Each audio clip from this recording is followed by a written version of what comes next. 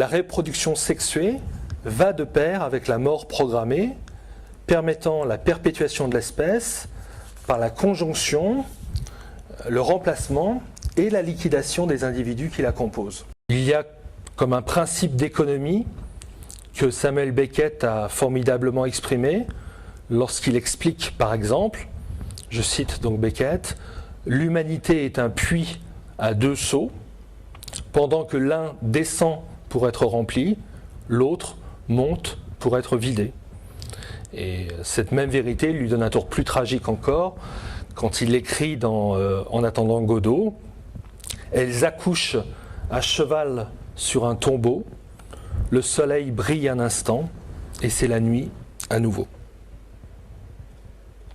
Alors on conçoit bien qu'une formulation aussi brutale, qui lie donc le sexe à la mort et qui conduit à considérer l'existence comme un fugitif transit du berceau au tombeau, comme le donnait à voir par exemple le magnifique film de Naomi Kawase. Donc cette conception qui nous conduit à voir comment se noue le sexe et la mort et comment l'existence elle-même demande à être envisagée, donc comme y invite Beckett, comme un fugitif transit du berceau au tombeau.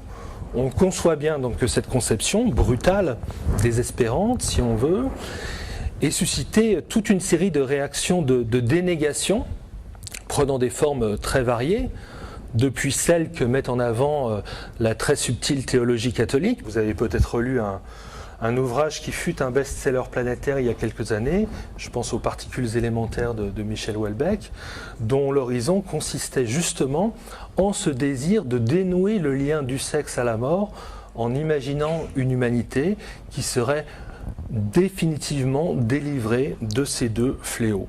Je cite à nouveau Freud dans une lettre à Ernest Jones. Freud déclare « Quiconque promet à l'humanité de la libérer des épreuves du sexe sera accueilli en héros, quelque ânerie qu'il débite. » Et j'ajoute « Plus grande est l'ânerie, plus spectaculaire le succès. » Alors jusqu'à nouvel ordre, la nature lie donc le sexe à la mort.